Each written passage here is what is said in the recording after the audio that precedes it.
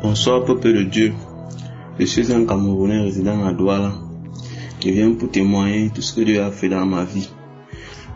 J'ai reçu Kangouka par ma grande sœur. Au début, je ne voulais pas trop écouter souvent les audios qu'elle m'envoyait, mais tout le temps, elle ne faisait que me demander si j'ai suivi, si je n'ai pas suivi. Avec le temps, non, j'ai donc commencé à mettre, parfois je suivais même, sans même trop mettre mon cœur dedans. Lorsque j'ai suivi la première, d'abord les témoignages. Les témoignages. Mes premiers audios, j'ai suivi. L'autre audio, maintenant, c'était la prière d'un samedi. C'est là où tout a commencé. Parce qu'elle m'envoyait souvent les audios. Elle a commencé à m'envoyer les audios en juillet 2022. Et elle m'a demandé de télécharger l'application. Lorsque j'ai donc suivi dans les audios, et lors des témoignages, il y a un Camerounais qui a également parlé de briser, que le Seigneur a brisé les liens de sorcellerie dans la famille et les liens du chômage. Parce que vraiment, frères et sœurs, je souffre tellement, j'ai tellement souffert de cette affaire de travail. Je commence un travail quelque part, je n'arrive même pas à faire 2 mois. Toujours au premier mois, on me renvoie à la maison. Toujours au premier mois, on me renvoie à la maison. C'est ainsi donc que, comme on avait un pasteur chez lequel on partait souvent, il m'a fait comprendre qu'il y a un esprit noir qui rôde souvent, qui me cache toujours quand je pars quelque part. On ne me prend pas toujours au sérieux, c'est toujours comme ça, c'était toujours comme ça. Plusieurs fois, parfois le contrat sort même. Je sors en tant que technicien sur le contrat. Quand je pars pour travailler, on me rabaisse, je deviens manœuvre, et même jusqu'à là, on me chasse toujours.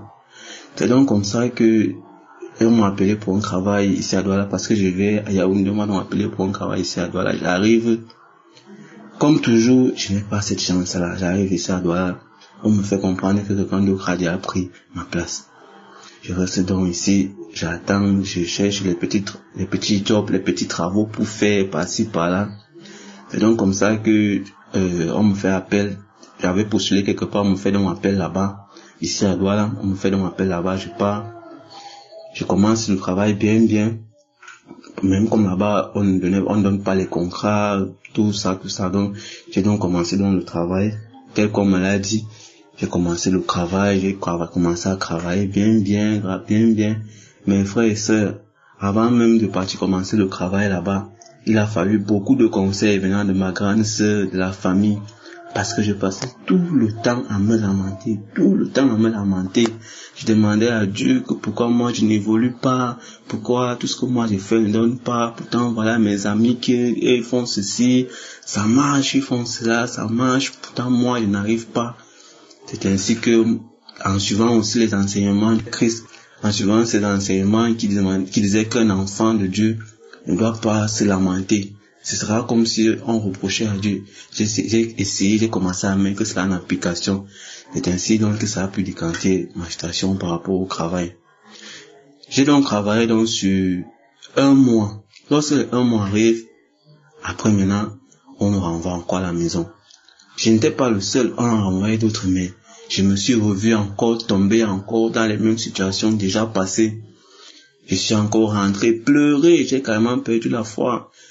Mais je suis encore entré dans les audios que ma grande sœur m'envoyait souvent et dans l'application, j'ai téléchargé, j'ai recommencé donc à suivre comment il disait qu'un enfant de Dieu, que tout ce que Dieu fait, eh bien, c'est donc comme ça que j'ai donc repris donc courage.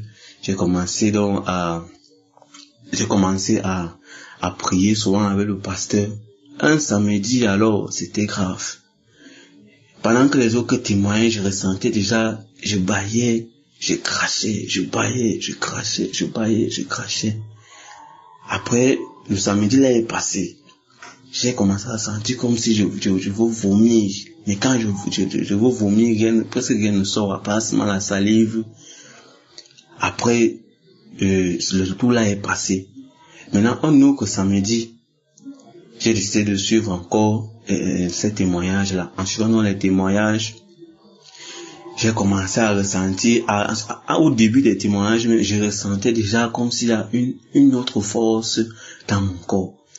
J'ai commencé à transpirer, les morts qui sortaient du nez. Quand le pasteur a donc commencé donc à prier, et c'était grave seulement sur moi. il y a une voix qui a commencé à parler dans mon corps. Lorsque j'ai envie de remettre là où le pasteur est en train de prier, que tous ces esprits qui sont dans le corps sortent, l'esprit demande que pourquoi je fais ça, pourquoi je suis toujours en train de suivre Kanguka, pourquoi je suis toujours, l'esprit commence à parler, manifester. C'est comme ça que le téléphone que j'avais, je l'ai balancé sur lui. J'ai commencé à m'enrouler au sol. J'ai commencé à vomir, cracher là. J'ai commencé à baver. J'ai parlé de ces choses, j'ai crié jusqu'à le tricot que je portais. Un tricot que j'aimais bien, le tricot que je portais, je me suis retrouvé en train de le déchirer. Car il y avait, donc c'est comme si l'intérieur de moi bouillonnait. J'étais en feu. Même lorsque ma grande sœur est rentrée, j'ai fermé la porte. Elle a forcé, elle a ouvert la porte. Parce que j'avais honte, l'état dans lequel je me trouvais, j'avais la salive partout, les mauves.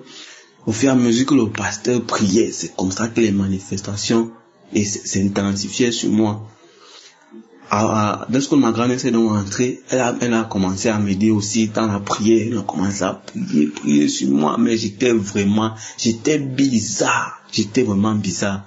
J'ai transpiré la salive, À un certain moment, j'avais l'impression qu'il y a un esprit qui était dans la chambre, qui avait peur, que j'avais peur. Donc c'est comme s'il y avait un esprit qui me faisait peur. Il y avait l'autre esprit qui disait que non, pourquoi tu acceptes Jésus? Jésus est qui? Pourquoi? C'est donc comme ça qu'après, j'ai eu l'impression que cet esprit est parti. J'ai commencé à me sentir fatigué. Après j'ai donc pris mon bain. Je me suis senti comme si on m'a ôté une certaine charge, un certain poids du corps. Je me suis donc couché. Tout ce que je voulais faire, je sentais comme si j'étais malade, comme si j'avais le palu. Cela a duré même le lendemain. Je veux vaquer encore mes occupations, mais le corps, je sentais comme si j'étais malade. C'est après qu'on a suivi d'autres enseignements du pasteur qui disait que d'autres gens vont sentir comme s'ils sont malades. Pourtant, ce n'est pas la maladie, c'est que ces personnes ont été guéries. Et donc comme ça n'a même pas mis long. C'était que 3 jours. On m'a rappelé là-bas pour le travail, pour partir continuer le travail. J'arrive là-bas maintenant pour commencer le travail. J'ai pas trouvé que les choses ont changé. Comme habituellement, on entrait normalement sans trop poser les questions. Maintenant, il fallait passer par la biométrie. Au niveau de la biométrie, donc, où on va me faire enregistrer, j'arrive là-bas, la secrétaire me fait comprendre qu'il n'y a pas mon nom à la machine. J'étais dépassé, frère et sœurs,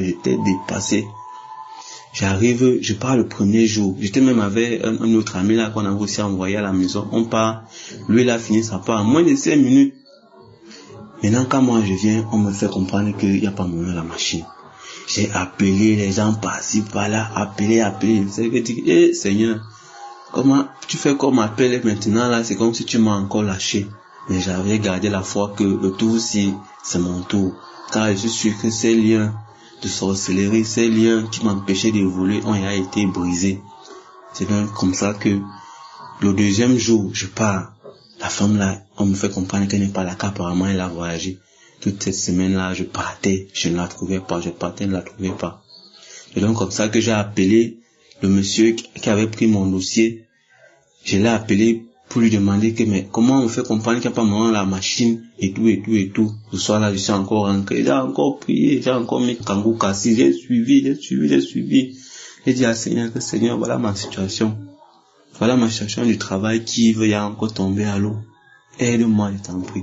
C'est comme ça donc que le lendemain, un vendredi, lorsque je pars encore pour regarder cette dame. Elle était là, quand je pars, je pose mon problème que madame, j'ai laissé mon dossier ici, on me fait comprendre que, c'est donc comme ça qu'elle m'a fait comprendre qu'elle a transféré mon dossier dans la salle informatique. Ouais, j'étais tellement content car le Seigneur a prouvé que ce n'est que lui, c'est lui qui est le seul, qu'on ne vous trompe pas. Dieu est bel et bien vivant. Dieu est vivant, il faut croire. Parce qu'avant, je ne croyais pas à Kanguka, je ne croyais pas. Mais il a fallu que ça me touche, que ça m'arrive à moi, que je commence à croire que vraiment, Kanguka, j'ai cru avant que c'était comme les autres pasteurs, les autres pasteurs qu'on m'envoyait souvent sans effet. Mais Kanguka, il y a Dieu dedans. C'est ainsi donc que lorsque je pars là-bas, il y avait mon dossier. On n'attendait plus que moi pour pour prendre mes empreintes. C'est comme ça que j'ai été délivré de cela, car maintenant, j'ai déjà commencé à travailler encore normalement. C'est à base des témoignages des autres que j'ai pu faire mon témoignage aujourd'hui. J'ai voulu le faire dernièrement car j'ai eu la solution à mes problèmes. Il faut croire, il faut témoigner, frères et sœurs. Shalom, j'ai témoigné.